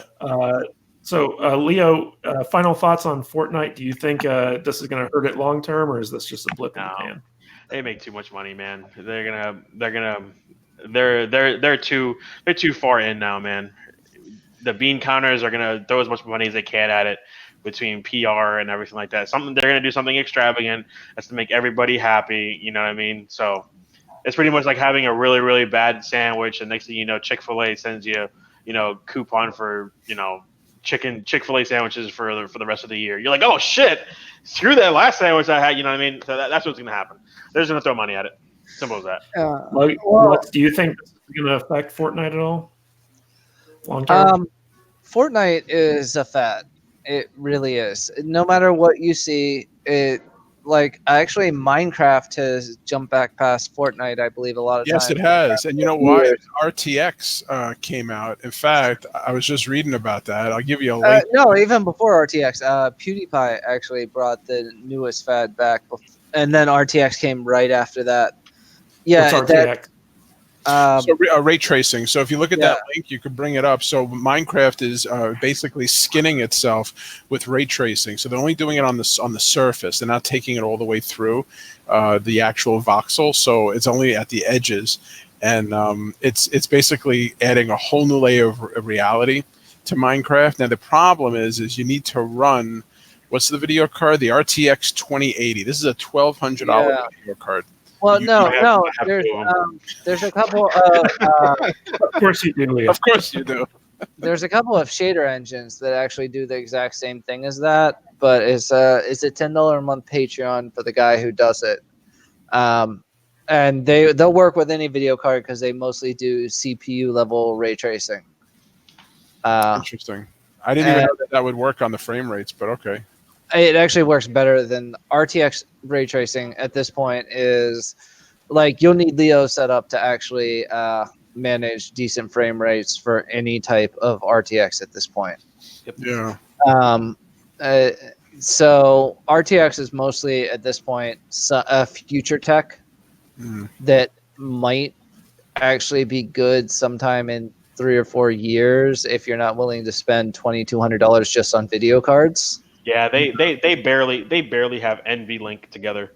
Yeah, you know I mean, they can't even use the power. The trailer looked awesome for this RTX Minecraft. Yeah, looked awesome. If you look at some of the guy who does the shaders, his actually looks better than the RTX version of it. Well, I saw this a couple of months ago. The funny thing is, PewDiePie has been streaming Minecraft lately, which I think has inspired other streamers to do it. And as people get frustrated with Fortnite with this season, they've been moving over to Minecraft and GTA and Grand Theft Auto and other games. Yes, I love that game. That's GTA my game right there. RP has actually been one of the big games lately too. And it's actually I got like 1.6 billion on that game online. I have epic stuff. You do. Yeah. The GTA RP community has gotten gigantic recently too, specifically since Fortnite started having their issues, because a lot of the Fortnite streamers moved over to that. I think Shroud went back to something, and he was one of the big streamers who Ninja has actually only done. I think he's done 3/4 of his streams on.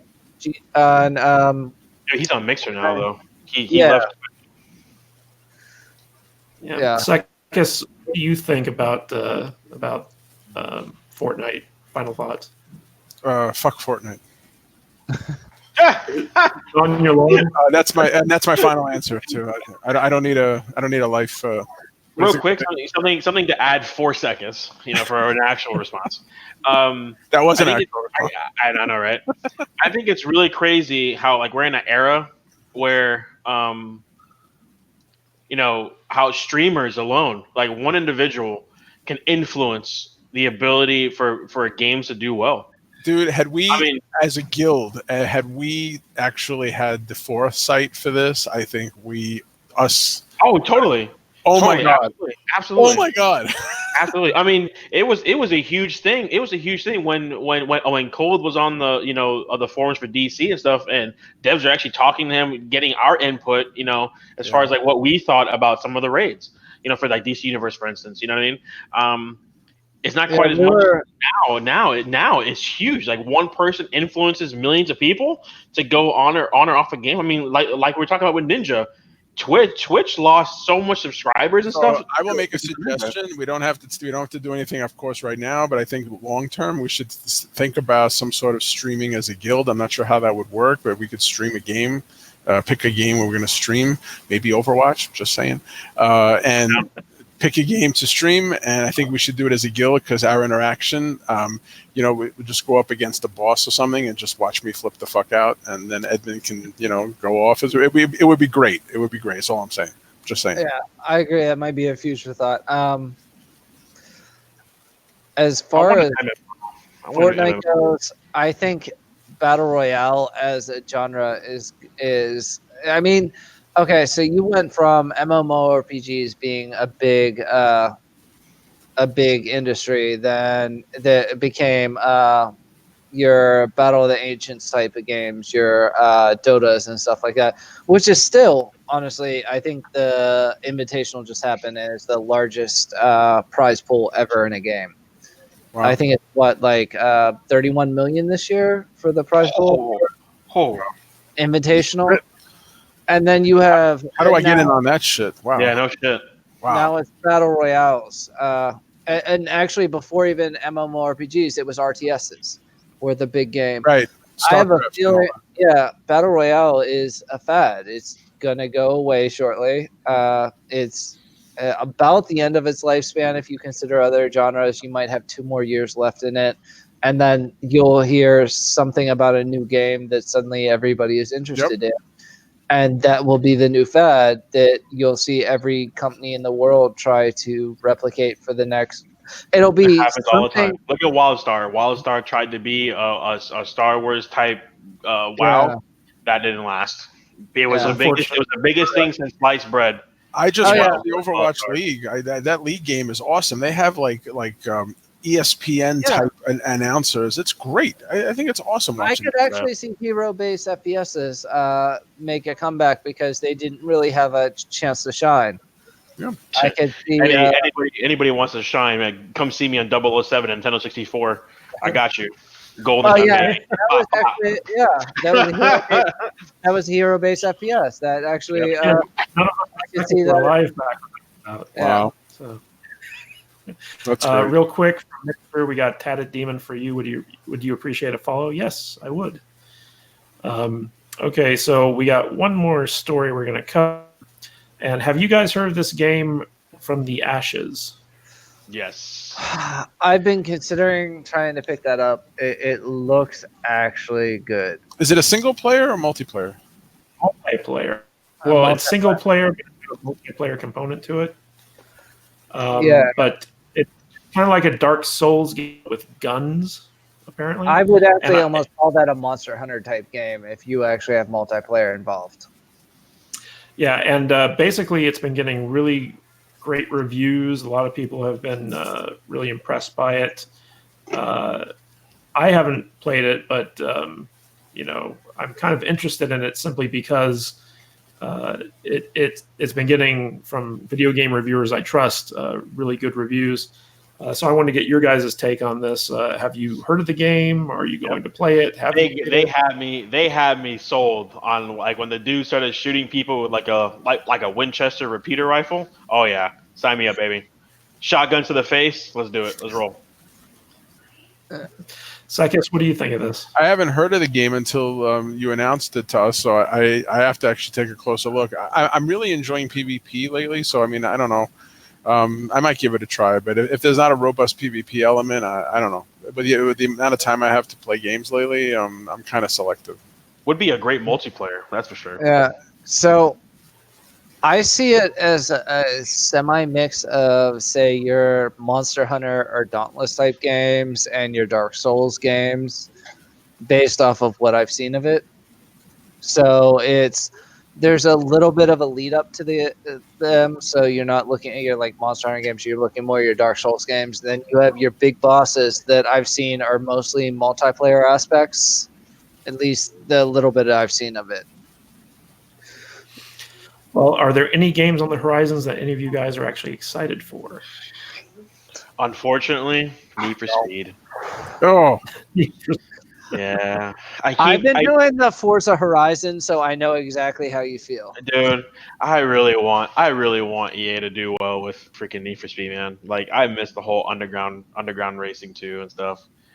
I really want them to do well. I'm itching. I'm really itching for, like, like a mainstream MMO, man. I'm mission for like the next WoW, the next Star Wars, the next DCO. I think MMOs are out of fashion. I don't see any new ones coming out anytime soon. I know, man. It's a shame. The big MMO that I've been waiting for, there's actually two. There's Crowfall, which I think looks pretty good, and then there's Camelot Unchained. Oh god, Which has Camelot been- Unchained. Camelot I Unchained. played Dark Age of Camelot when it was released. Yeah, me too. Me too. Yeah, I Has that anybody game- played Black Desert? I play occasionally. Oh, okay. I keep trying to figure No. out. I think me and Seqis are just gonna kill some shit on Overwatch. What do you play on Overwatch, Leo? Oh, I do. Of all things, the tank or the The big guy? the four-legged chick. The Oh four-le- shit! You play what's her name? Yeah, the four-legged chick with the shield and all that. Yeah. I forgot Oh, her name. okay, that's a tank. Like Yeah, half- yeah. No, it's a good. That's a really good character. That's great. Yeah. That's a good I dynamic. do. Funny enough, Moira, Yeah. Ash, the tank chick, and when I'm feeling like not really doing much, I usually either play Diva or I'll play Pharah. Farah, yeah, Farah's not bad. When I'm lazy, I play Farah. If I'm really feeling like accurate, I'll Hanzo. I'll snipe bitches all day long. Oh god, I hate nonsense. Oh yeah. Yeah, no, I'm really enjoying Ash lately. I think I like her dynamics. I'm playing her a lot, and Moira I have down. Moira is like second nature to me. It's just heal DPS dynamic is awesome, and I do tank once in a while, and I play that same four-legged whatever her name is, but I don't play her that often. But I love her. Oh, does that's that my baby. have you tried the new tank Sigma, the guy with the? No, I actually have the update going on right now. So I'm actually gonna like after He's we're all very done, he's very effective. He's I've been playing against him. I haven't played the character yet, but he's very effective. He's got this whole gravity thing going on, and he can stand up, and he does pretty good DPS. It's a whole new dynamic now, especially on basically the capture the flag matches. It's really interesting now. I hate the rat. I hate the rat. With Yeah. The ball. Oh my Yeah. God. You guys heard of this game? Legends of where is it called? Legends of Go It's an Fuck old- Yourself. Online clone.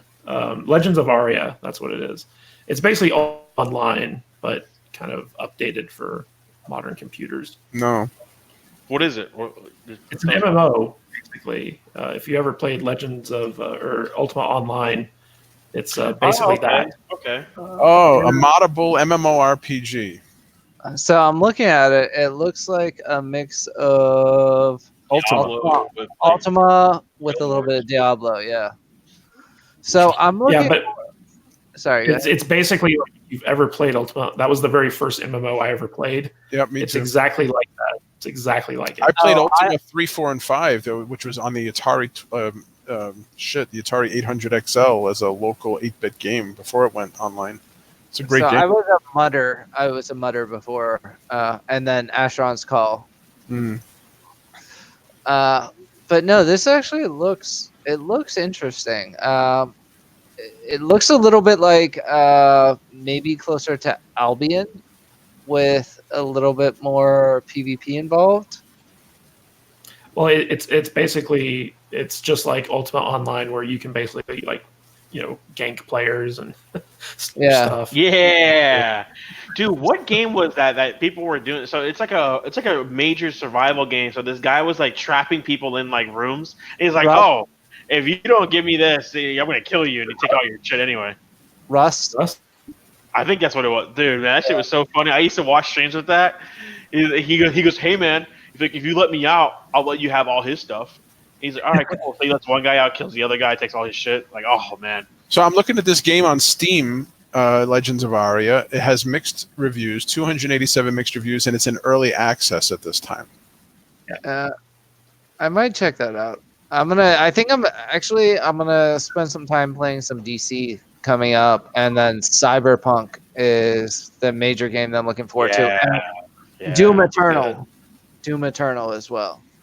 I might get But, on that Cyberpunk. I might do that. You guys should look at Crowfall. That's a MMO that I'm really excited about. Yeah, Crowfall looks amazing. Crowfall is the one with seasons of an MMO. It's an MMO with seasons, right?